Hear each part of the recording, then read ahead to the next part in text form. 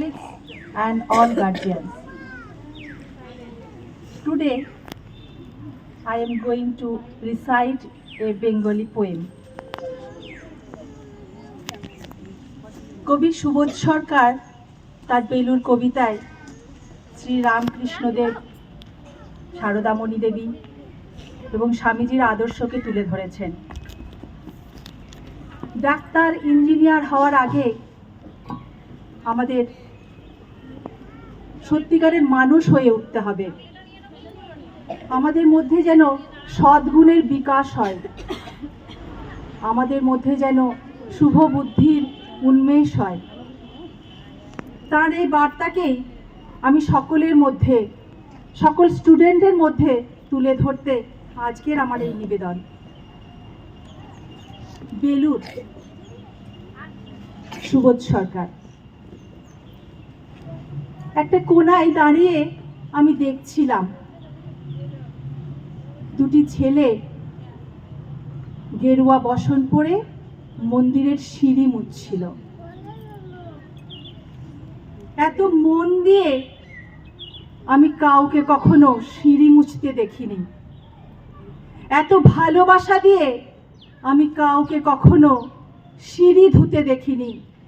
এর আগে কখনো কাউকে আমি এত সিঁড়ি স্নেহ করতে দেখিনি।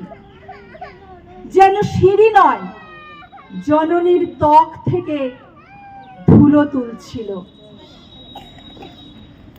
স্থিতপ্রজ্ঞ মহারাজ দাঁড়িয়েছিলেন অদূরে। জিজ্ঞাসা করলাম, ছেলে দুটি কে? স্বামীজি স্মিত হেসে উত্তর দিলেন, একজন নিউক্লিয়ার ফিজিসিস্ট, একজন IBM এর 6 লাখ টাকার চাকরি ছেড়ে এখানে এসেছে সিঁড়ি ধুতে। যে সিঁড়ি দিয়ে মানুষ ওপরে ওঠে তা যেন পরিষ্কার হয়। মহারাজ চলে গেছেন। সন্ধ্যা নেমে আসছে গঙ্গার বুকে। আমার ভেতরেও সন্ধ্যা নামছে। সারা পৃথিবীতে এত সিঁড়ি, সিঁড়িতে সিঁড়িতে এত দাগ, এত ধুলো, এত অপমান। আরতি শুরুর আগে আমার মনে হলো,